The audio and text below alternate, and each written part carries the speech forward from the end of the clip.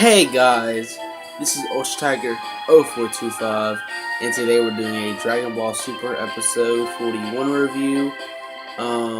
Today's episode, we're not today's, like 5 weeks ago's episode was pretty good. Sorry guys, I'm still behind. I'm doing reviews. I'm doing the filler arc, whatever you want to call it, the filler arc episode reviews. Friday, right before episode 47, the Future Trunks arc starts on Saturday this week. And as of today is Wednesday, June 8th, so if I post it anytime later, just know that I recorded it today. I meant to record it on Monday, but I forgot, and I wanted to do it yesterday, but yesterday I was busy doing errands and other stuff, and I was going to do it that night, but I was just kind of tired, and I didn't want to give a review being all tired and forgetting what was going on. So what I did was today I waited. I actually went and watched the episode 41 again, so I could have a pretty good understanding of what happened in the episode. Though I already watched it whenever the episode came out 5 weeks ago. Let's go ahead and dive into this. The episode starts out with last episode's review, which was episode 40. Hit and Goku's battle ends. Monaka beats Hit, and then the Omni King arrives. Everyone's in shock, and that's how episode 40 ends. That's how episode 40 ends. Episode 41 starts with everyone going crazy, like, who is this guy? Like, what is this? Champa and Beerus are shaking in fear. Vados tells Champa, hey, you're just gonna leave your jaw dropped all day, or you're gonna go say hi to the Omni King. Champa's like, hey, you bet I'm gonna go down there, and he went down there.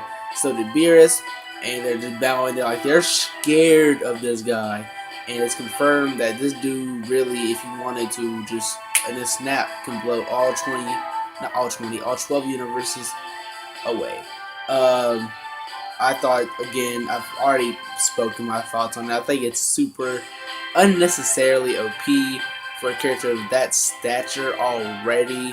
You know what I'm saying? With Omni King, I don't have really no problems with the design. People have been having problems with a lot of the characters Kira Toriyama is doing, but he's trying to be lighthearted, have some funny, interesting looking characters like Monaka that turned out to be pretty weak.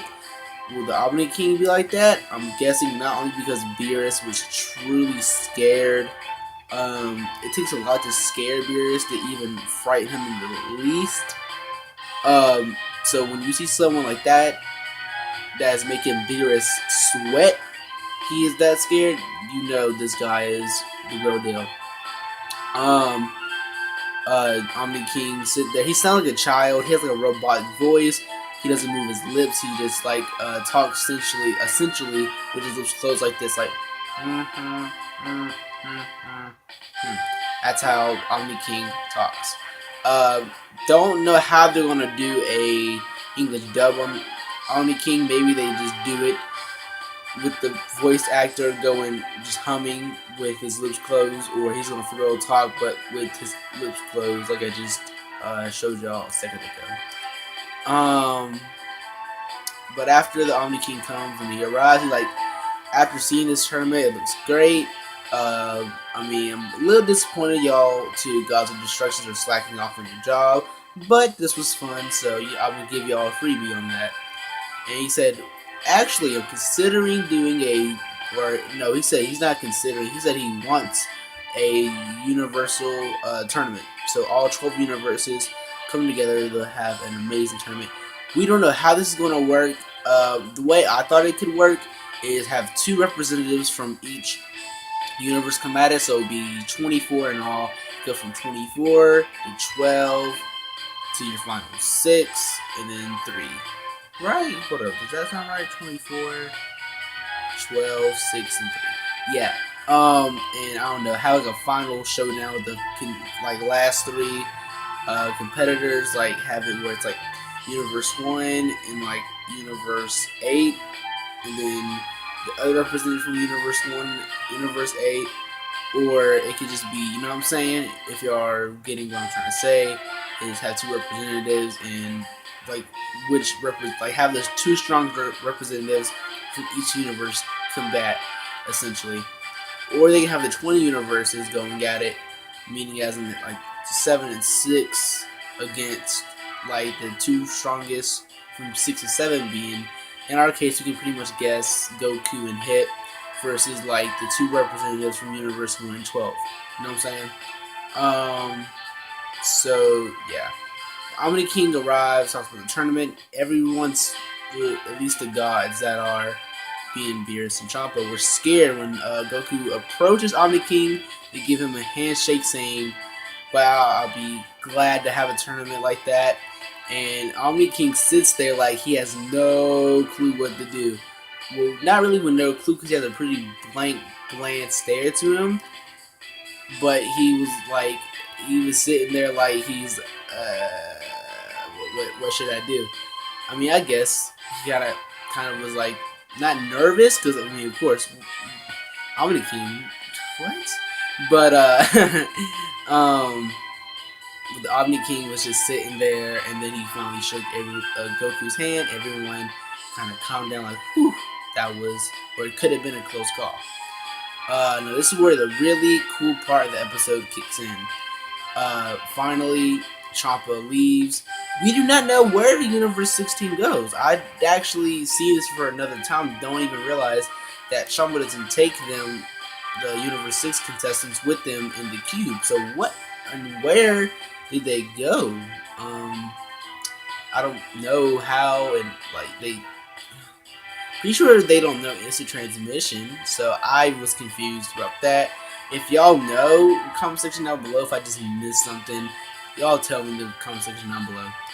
And then Champa gives Beerus the Dragon Balls, the 6 he had, and then Monaka said from his job, because he's a space delivery guy,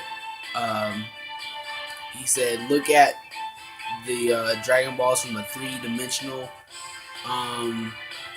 point of view, because 18 just before Monaka spoke,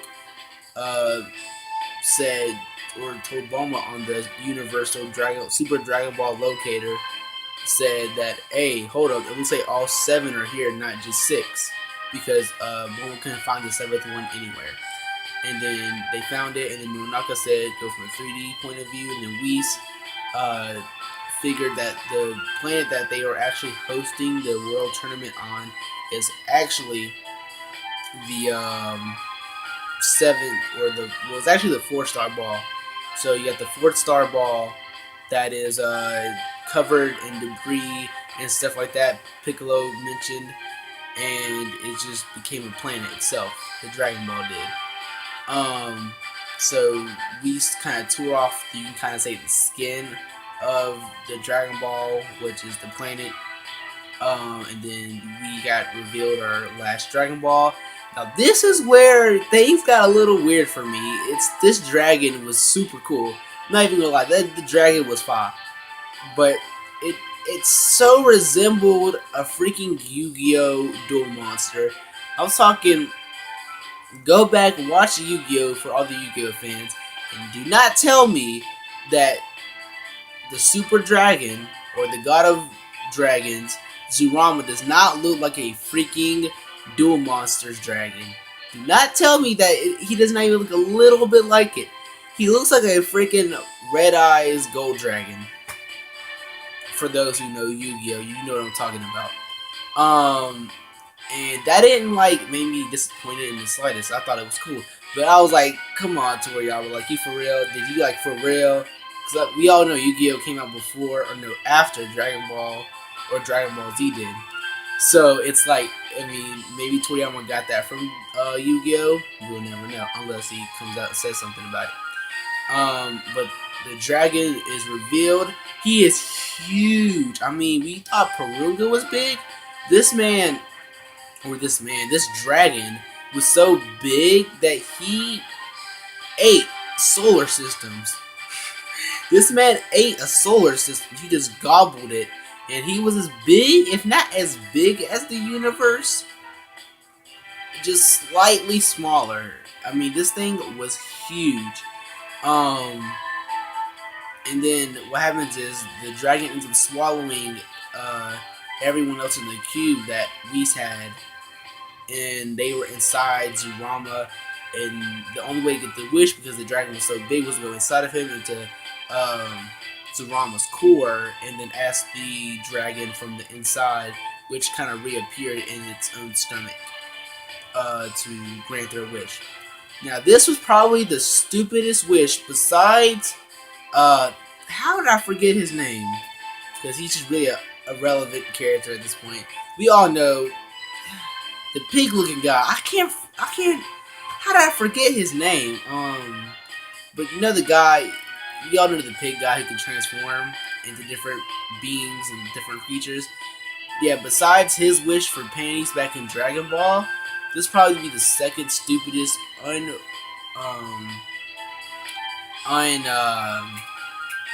unthought of wish, or just a relevant wish. It might come back to be irrelevant or relevant later on in the series, but it's probably the stupidest wish made by the Dragon Balls, besides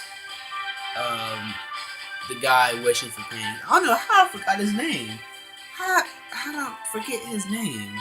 That's crazy. I don't know how I forgot his name. I don't know. It's on the tip of my tongue, but I can't remember it. What Beerus wished for, what Beerus's wish was, is that he wished for Champa's Earth from Universe 6, because remember it was destroyed in war, so apocalypse essentially happened on that planet. So Beerus re-wished it back to health, or what I mean is Universe 6 Earth back to health. Why is this a really dumb wish? Because with the dragon of that scale and power, where you can literally wish for anything, you might as well have just wish for Champa to have an entire solar system, at the very least. But this man you could I'm pretty sure you could do that with either Shenron or Porunga. You could have just went up and said, hey, can you just restore the health on the 6th universe? Or just go to the 6th universe, or told Champa of the Dragon Balls, just the regular Dragon Ball that he might have on some kind of Namek planet in Universe 6, and just ask the dragon there if there is a Shenron or Porunga in Universe 6, and just asked him himself. I mean, that was really waste of a wish, in my personal opinion. In my opinion, what I would have done, for those who are wondering, if you are, I would have just wished, it would be like two things in one wish, because you only get one wish from this dragon. It would have been, I want me a Universe 13. I want me a Universe 13, and I'm going to be the god of destruction for it. That would have been my wish. That would have been me. I would be the god of destruction, and like the Whis, Vados person. All in one. Start my own universe and everything. That's what I would have did. With a wish of that scale, I would have said that. That would have been my wish. But Beerus makes that wish. Whis is like the entire time like, wow, you did something actually pretty nice. And Champa and Vados on their way back to their little sector, or wherever Champa lives, in his little kingdom thingy that Beerus lives in too. Like, on the way there, Vados says, oh wow, Champa, there's something like a new development. And he's like, what? Stop showing me that Earth. I mean, I've already lost. Don't shove it in my face. Like, no. That's our Earth. Wait, hold on. What you mean our Earth? We don't. Our Earth is messed up, fam. Like, what do you mean? And Vados is like, oh snap, Beerus just did something nice for you. He's like, what you mean? Oh, wow. He said a couple other things, but I'm not gonna say it out loud. And then that's over with, and then the Z Fighters return to Earth, and then the narrator comes in, blah blah blah blah, and then the ending theme starts. I don't really need to watch the preview or tell y'all about it at this point. I mean, we already know what happens, and if you don't, I'm doing a review on episodes 42 to 46 on Friday, so stay tuned for that review. If you like this review and you like the episode, like this video, please subscribe and comment as well. What's your favorite part about this episode? Again, tell me in the comment section down below. What would the question of the day is, what would you have done with that wish? Again, I'm Ocean Tiger 0425. Have a blessed day, everyone, and peace, man.